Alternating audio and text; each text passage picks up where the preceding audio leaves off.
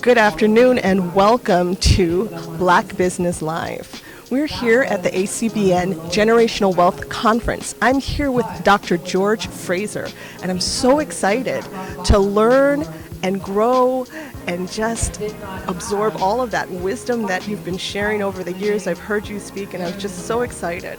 So I know this is your second year as a keynote speaker at ACBM's conference. My second time. This is fantastic that you've come back to grace the stage. So tell me, why do you keep coming back? What's exciting about being here? I keep coming back for two reasons. I live in Cleveland and I can drive here, okay? And Toronto is one of my favorite urban centers in the entire world, an incredible city. The 265,000 people of African descent that live in the city of Toronto, I love them. I love the way they think. They ask smart questions. They are doing things. And if you want to meet important people, you got to be around important people. And so I love Toronto. Proximity and the quality of life here and the incredible African descended population that is quite brilliant. That's wonderful. Thank you so much. It's great to be a part of this wonderful community. And there's so much that you've shared with us in the past, but this year's focus is generational wealth. So talk to me about your focus on generational wealth through the years. This is something that you've been talking about for years, building, creating infrastructure. So talk to me about what you've seen in terms of generational wealth and how it's evolved in our community over the last few years, and what's your vision for the future? Yeah, we are a bit smarter about the whole idea of the intergenerational transfer of wealth. There's a beautiful proverb, 13:22 in the Bible, and it says that a good man leaves an inheritance for his children's children. And I think that sort of throws the gauntlet down in terms of what our ultimate responsibility is, other than consumption. We are the consumption class, they are the merchant class, they make stuff, we buy stuff. So we have to really rein that in, right? And the other thing that is dramatically impacting our ability to transfer wealth is the falling rate of marriage in our culture. When I was growing up, I was born in 1945, the marriage rate in our community was 85%. Today, it is 31%. That means that in terms of household median wealth, we are the lowest of the four major cultural groups.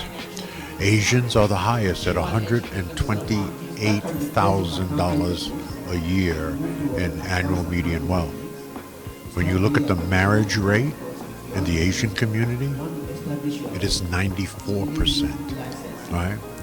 The second group that is doing extraordinarily well are white people. But what's interesting is that Asians have risen above white people, but their annual household median wealth is $80,000 a year, and the marriage rate in the white community is close to 60%. The third major cultural group in this country, now larger than black folks certainly in America, and maybe, I don't know about Canada, but in America, they're the they're the number one minority group. They're really not minorities. And they're at about $62,000 a year, household median wealth. Marriage rate is in the 60s.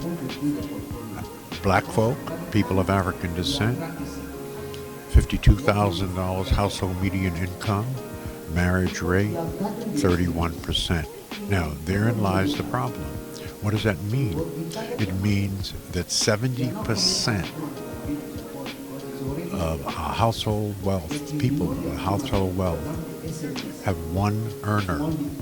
That's why we have the lowest household median wealth. Only one person is working at it, versus the others where marriage rates are very high, two people are working on it. So we've got to work on really rebuilding the black family, because there is no culture that has risen to maximize their full human potential without family at the center of that culture. So that's a big obstacle in our way. And no one is going to save black people but black people. It's been 400 years and we ain't saved. And who in the hell are we waiting for? We're waiting for us. So that's one of the big stumbling blocks. The other big stumbling blocks when it comes to creating wealth in any culture is business development. Not only starting and building a business, but scaling that business to employ their own kind. It is my dream that by the end of the 21st century, black people will become the number one employer of black people, right? That requires building more businesses, scaling those businesses, and then investing the employment opportunities with people that look like you. So those are two big rocks that are in our way. We have the lowest number of businesses per capita of any cultural group in North America, right? So building businesses is the third big rock. The number one rock is financial illiteracy. We are a financially illiterate people. The things that black people simply were not taught by their mothers and fathers. And when I was growing up as a kid in Brooklyn, our parents did not talk about money to us, right? Now, maybe they didn't talk about money because they didn't have the money to do the proper investments and all the things you do to maximize your wealth, to leverage your wealth.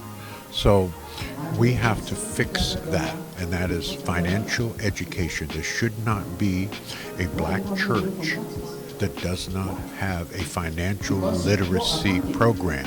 There should not be a black pastor that is not talking or giving sermons about wealth. There are 2,500 references to economics and money in the Bible, but we don't talk about it at church.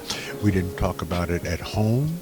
We don't talk about it in our schools, and we don't generally talk about it amongst each other. It is persona non grata. In fact, the simple thing that we were taught by our parents when I was growing up was to get a good education and get a good job, preferably a good government job, and then save your money, right?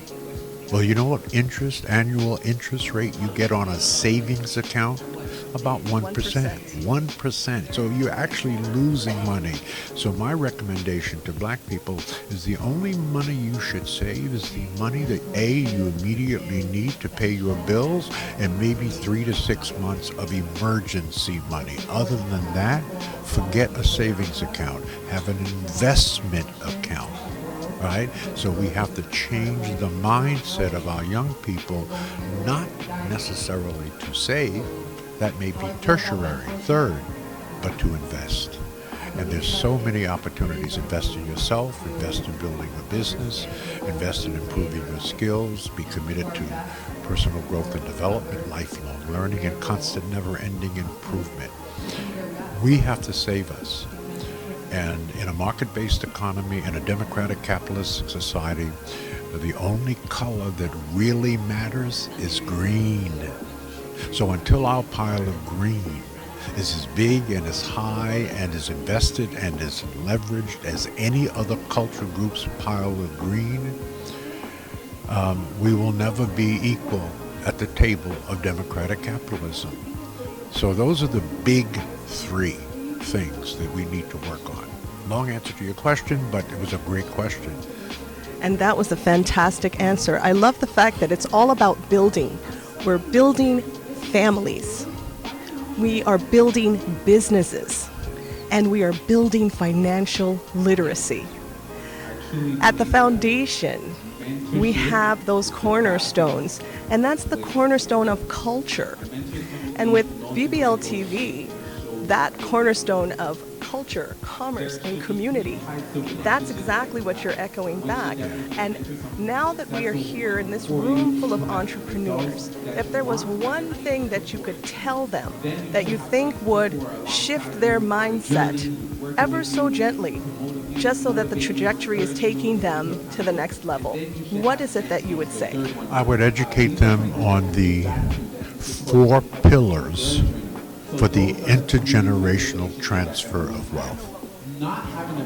The first pillar is the proper management of accumulated wealth. That's number 1. The second pillar is real estate. Real estate. There is no wealthy person in this world where real estate is not part of their portfolio. Real estate. We talked about this earlier, and that is financial education. Teach it at home. Teach it to your family and friends. Maybe even become a subject matter expertise. You can have a speaking career, a seminar career, a workshop career. We need all of that we can get. The smarter we are, the better we will do. Let me say that a different way. If we knew better, we would do better. Right? That's the bottom line. And we can do this. We're brilliant people. We're God's first people. We're some of the most creative people on the planet. We have an idea a minute. That is not the problem. Creativity and coming up with ideas to do the kinds of things that we're talking about, that's not the problem. The problem is execution of those ideas. That's where the gap is huge. The gap between idea and then executing that idea is as wide as the Grand Canyon. That's where we fall off the cliff. Execution takes excellence in your subject matter. It takes risks. It takes a deep commitment to reach down, to lift up, to reach back and pull forward. The mantra of the Power Networking Conference that we've been putting on for now 23 years is very simple. We as black people must learn, earn, and return. We have a lot of us learning and a lot of us earning, but not enough of us are returning, and therein lies the problem. We have the intellectual capital base. There's no question about that. We have the creative mindset. We can do this. We must do this. And we will do this. It just will take time. Indeed, time. So you spoke about the 4 pillars. And we talked about management, real estate. What are the other 3? Well, that's 2. Sorry, what are the other 2? My math. Right, that's okay. He's going to edit Okay, that. you had me confused for a minute. Right. So, proper management of accumulated wealth, and of course, real estate. Right? The other is an investment mindset versus a savings mindset. Have a savings account, as I said earlier, but more importantly, have an investment account, right? There are a myriad of opportunities for investment. That's one of the pillars. If you're not investing and only saving, you're not going to build wealth. You're not going to leverage the enormous opportunities that we have out here to grow your wealth so that there's an intergenerational transfer of that wealth. The other pillar is a little bit more exotic, and it's around having a will and or a trust. Do you know that they're still fighting over Aretha Franklin's estate, Prince's estate, and James Brown's estate because they died with no will? You know who's going to get most of that estate? The lawyers and the state. So this is sort of fundamental. Have a will. And if you're really smart, have a trust. Yes. Right. You're speaking my heart. Everything that you've said, I want to assure you that my family and my husband and my son, that has been our focus. putting those pillars in place. So I am just thrilled to know that these are the pillars and that we're moving in the right direction.